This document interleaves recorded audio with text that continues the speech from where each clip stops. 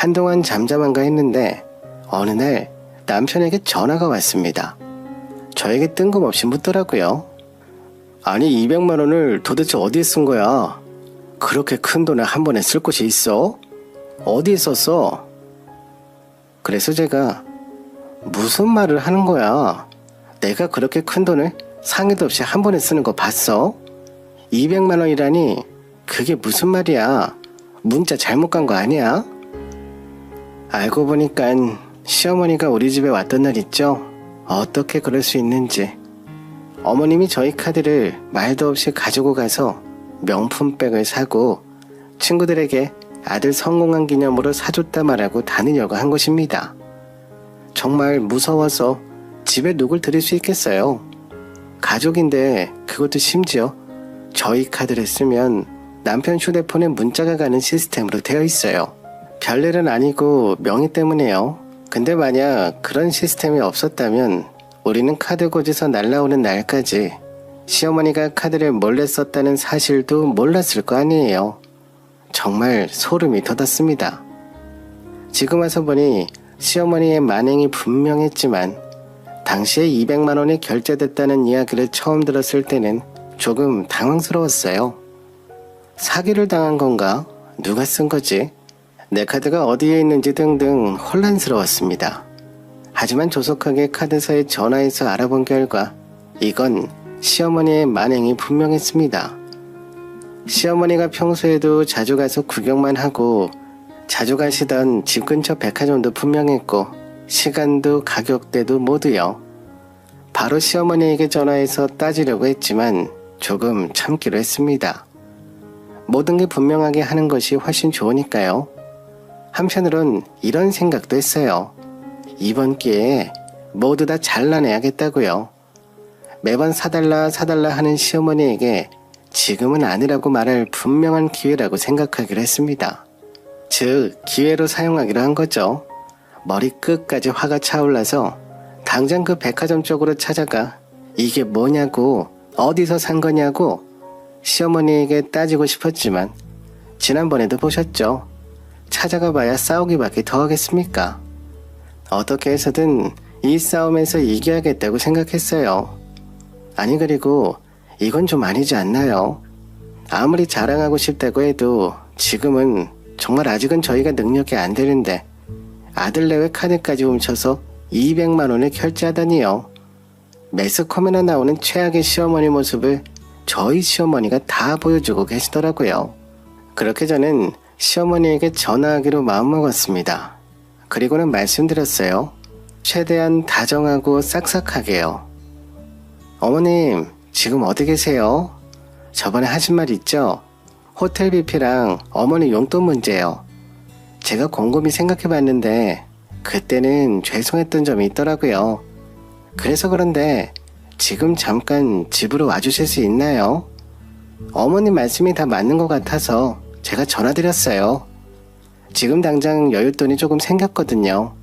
그래서 어머니 친구분들까지 챙겨드리고 싶어요. 그때 사실 조금 두려웠어요. 제 의도를 알진 않을까. 돈 없다고 저도 그 난리를 폈는데 과연 오실까 하는 생각을 했어요. 뭔가 명품백도 샀겠다. 안 올 것 같았거든요. 근데요, 생각보다 쉽게 걸려들더라고요. 시어머니는 카드 결제를 하면 문자 날라오는 시스템을 아예 모르시는 듯 했어요. 그러면서 백화점에서 본인이 막 쇼핑을 끝냈다며 금방 가겠다고 하더라고요. 그래, 내 말이 맞지? 용돈도 주고 호텔 뷔페도 사줘. 나 지금 백화점 근처인데 우리 맨날 가는 곳 알지? 가까워. 금방 가마. 우리 카드로 결제했다는 사실을 잊은 건지 양심이 없는 건지 참 대단한 시어머니였습니다. 네, 어머니 나가요. 오셨어요. 표정이 좋으시네요. 더운데 얼른 들어오세요. 양손에는 쇼핑백이 가득했어요. 물론 안에 무엇이 들었는지 보이진 않았지만 아주 재미있게 쇼핑하고 오신 모양새였습니다. 어머니, 과일이라도 드릴까요? 여기 앉으셔서 좀 편히 쉬세요. 이부자리 펴드릴 테니 좀 주무시다 가세요. 주무시고 일어나셔서 아까 하려던 이야기 해요, 우리. 시어머니는 저희 집에 오시면 항상 낮잠을 주무세요. 특히나 많이 돌아다니다가 온 날에는 더더욱이요. 그걸 틈탔죠. 시어머니에게 물과 과일 다과거리들을 극진히 대접하고 방에 편안하게 이부자리를 펴드렸어요. 그랬더니 다행히 잠이 스르륵 드시더라고요. 그때부터가 저에게는 시작이었어요. 남의 소지품에 손대는 것이 정말 할 짓이 못 된다는 것을 잘 알지만 그래도 방법이 이것밖에 없었어요. 눈에는 눈, 이에는 이 아니까요. 우선 시어머니가 가져온 쇼핑백을 되쳐서 내용물을 확인했어요. 제가 예측했던 그 백화점 특정 매장의 물건이 맞더라고요.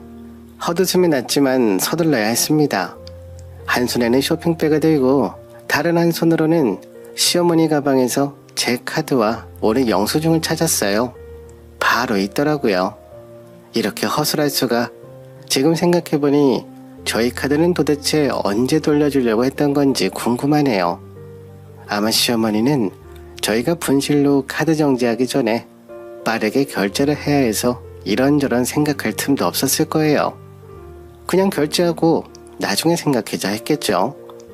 아무튼 명품백, 영수증, 그리고 카드를 들고 바로 집을 나왔습니다.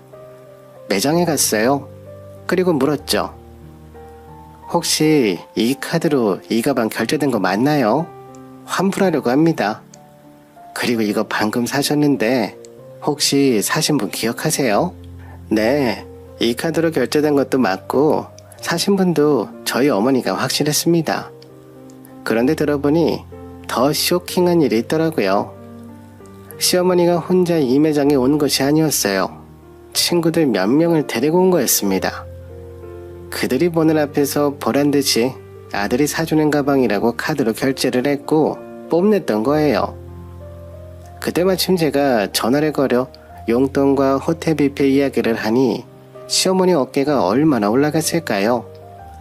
그 얘기를 듣고 우리 며느리가 나 용돈 준단다 이야기하고 바로 저희 집으로 온 거겠죠. 저희 시어머니 대단하다고 해야 하는 걸까요? 참 말로 표현하기 애매할 정도로 열심히 사십니다. 아무튼 환불을 받아서 집으로 돌아왔습니다. 집에 도착하니 시어머니가 잠에서 깼나 보더라고요. 노발대발 하셨습니다. 또다시 그 소리를 하셨어요. 우리 아들 망하길 기도하는 여자 같다면서요. 자기 가방 어디 갔냐고 난리셨는데 그러면서 뭐라는 줄 아세요? 며느리를 바꿔야겠다고 하더라고요. 우리 집에 엄청 잘 살진 않았거든요. 그렇다고 못 살지도 않았어요.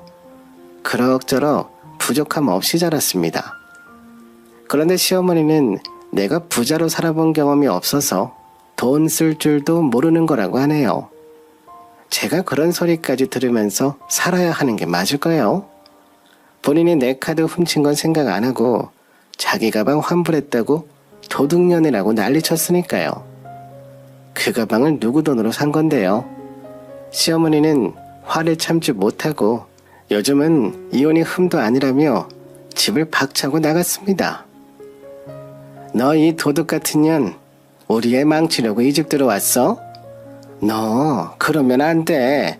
그게 말이 되는 행동이라고 생각하니? 어디 시어머니를 속이길 속여? 요즘 이혼하는 사람 널리고 널렸다. 우리 아들 지금 잘 나가서 너보다 훨씬 좋은 며느리 많이 만날 수 있어. 감사하다고 해도 모자랄 판에 어디서 감히. 네, 그러세요. 알아서 하세요, 어머니. 시어머니가 되어서 못하시는 말이 없네요. 나가세요, 얼른. 근데 정말 그 이후로 남편의 소개팅 자리를 주선하기 시작하더라고요. 웃기지도 않아요. 결혼이 장난인가요? 결혼한 아들 물신양면으로 돈 며느리 얄미워서 소개팅 자리를 주선하는 시어머니가 세상에 어딨나요? 아들 잘 나갈 때 부잣집 딸들 만나야 한다면 난립니다. 저는 할 말을 잃었습니다. 제가 누굴 위해서 이렇게 열심히 산 건지, 누구조차고 이 노력을 해온 건지 모든 것들이 허무해지는 순간이었습니다.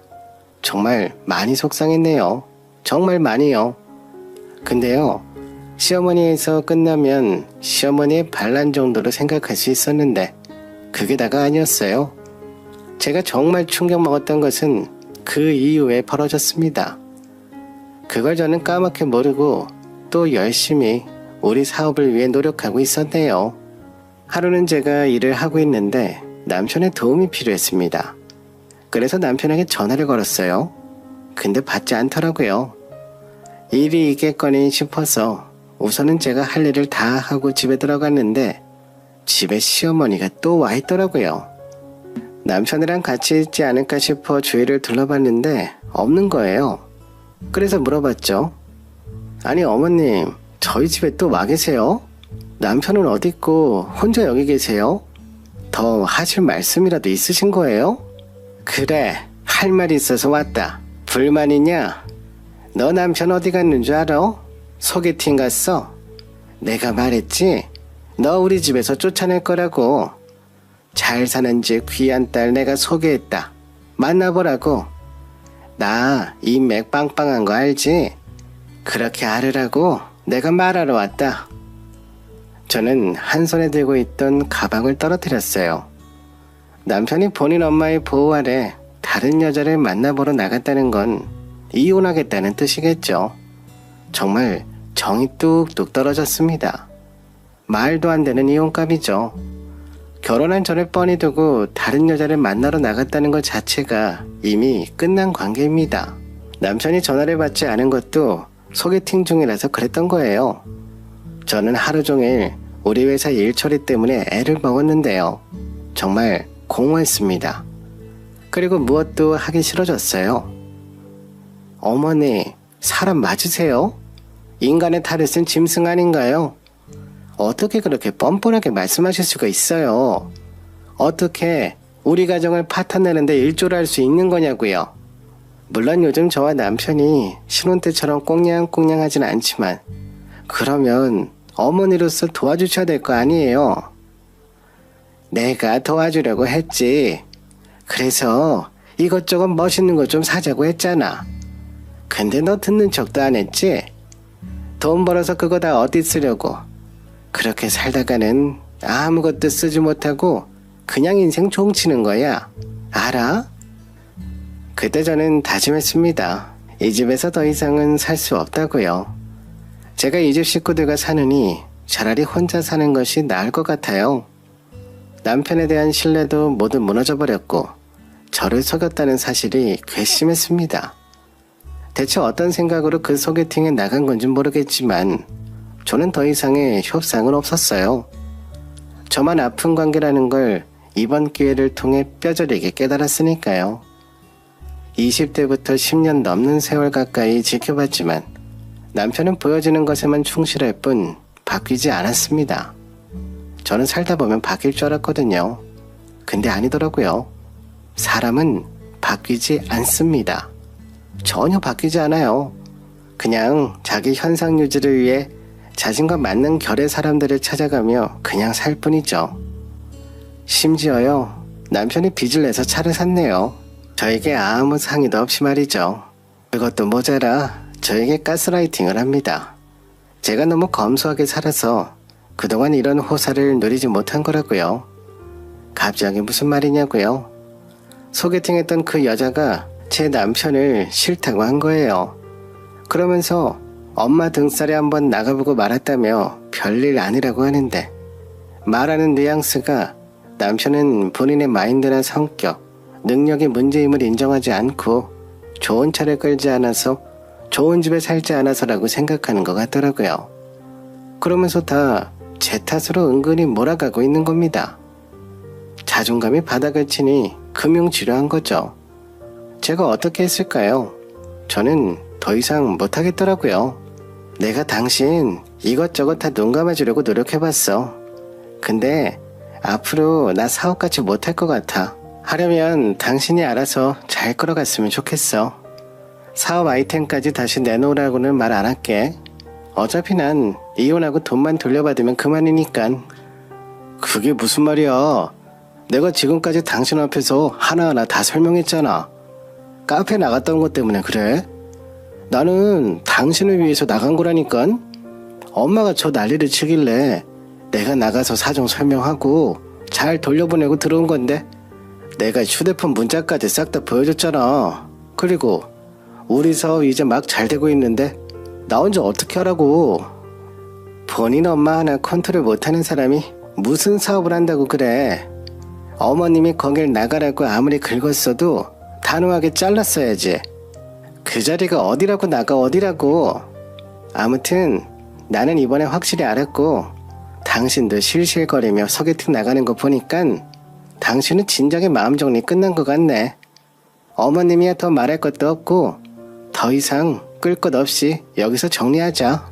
저희는 결국 저의 강한 요구로 이혼하기로 결정했습니다. 이혼 과정에서 딱히 힘든 것은 없었어요. 그래서 남편은 어떻게 되었냐고요? 남편 사업은 제가 손을 떼고 그 즉시 적자가 되었습니다. 월 매출은 용케 1억 가까이 몇 번 찍히더라고요. 그런데 직원들 월급도 오르고 말씀드렸던 것처럼 나가야 할 곳에 소비가 늘다 보니 결국 적자로 전환되어 폐업했다고 합니다. 정말 힘들게 생각해낸 아이디어의 기획의 시행이었는데 제 노력이 무가 되는 것 같아 많이 속상했지만요. 그래도 어쩔 수 없나 봅니다. 다 본인 분수에 맞게 일하고 대가를 치르나 봐요. 전 남편은 이제 어떻게 살려나요? 저는 10년 만에 그의 커리어에 대한 관심에서 벗어날 수 있게 됐습니다. 이혼 후 남편과 시어머니 둘이서 하던 사업을 이어서 해봤지만 연달아 실패 후 나무나는 재고를 떨이로 넘겨야 됐고 결국 빚 때문에 시댁 집도 팔아야 했다더군요. 그 뒤로 전 남편은 아는 선배네 공장에서 숙식 해결하며 일하고 있고 전 시모는 친구네 집에 들어가 식모살이하며 거기서 숙식을 해결 중이라고 합니다. 둘 다 혼자 뭘 하지 못했고 누군가에게 의지해가며 사는 건 참 한결같더군요. 그동안은 저한테 의지하며 살았으니까요. 제가 앞에서 말했던 거 있죠. 결혼에서 중요한 거요. 제 생각에 결혼 배우자에게 중요한 특징은 허세 없이 속이 꽉 차는 게 중요한 것 같아요. 자신만의 중심이 있는 사람이요. 인생을 살아가다 보면 수많은 선택의 갈림길에 서게 되는 것 같습니다. 어찌 보면 삶을 시작하는 것부터 이끌어가는 것까지 모두 결정으로 이루어져 있죠. 그리고 그 결정의 핵심은 모두 본인의 중심이 그 기준이 되는 것 같아요. 그러한 중심이 있어야 본인이 선택한 결정들에 대해 책임감이 생기고 소명의식이 생기는 게 아닐까 생각합니다. 우리 남편 기준이 있었다면 어땠을까요? 감히 예상하겠지만 고시 준비도 중간에 그만뒀을 거고 그 시간에 본인이 원하는 분야가 어딘지 찾아가는 시간을 보내지 않았을까 싶어요. 그러면서 원하는 회사에 취직했을 것 같고요. 거기서 커리어 쌓아가며 자신의 원하는 분야 사업으로 확장시키지 않았을까요? 그 과정에서 시어머니 개입도 줄었을 거고 아마 저와 이혼한 일도 없지 않았을까 싶습니다. 당연히 시어머니가 시킨 소개팅도 하지 않았겠죠. 저는 전 남편이 못된 사람이라고 생각하진 않아요. 하지만 줏대가 없는 건 확실합니다. 줏대는 10대에서 20대 거치며 만들어 나가는 것 같은데 그게 부족한 사람이었어요. 부디 여러분들은 시행착오를 줄이셨으면 해요.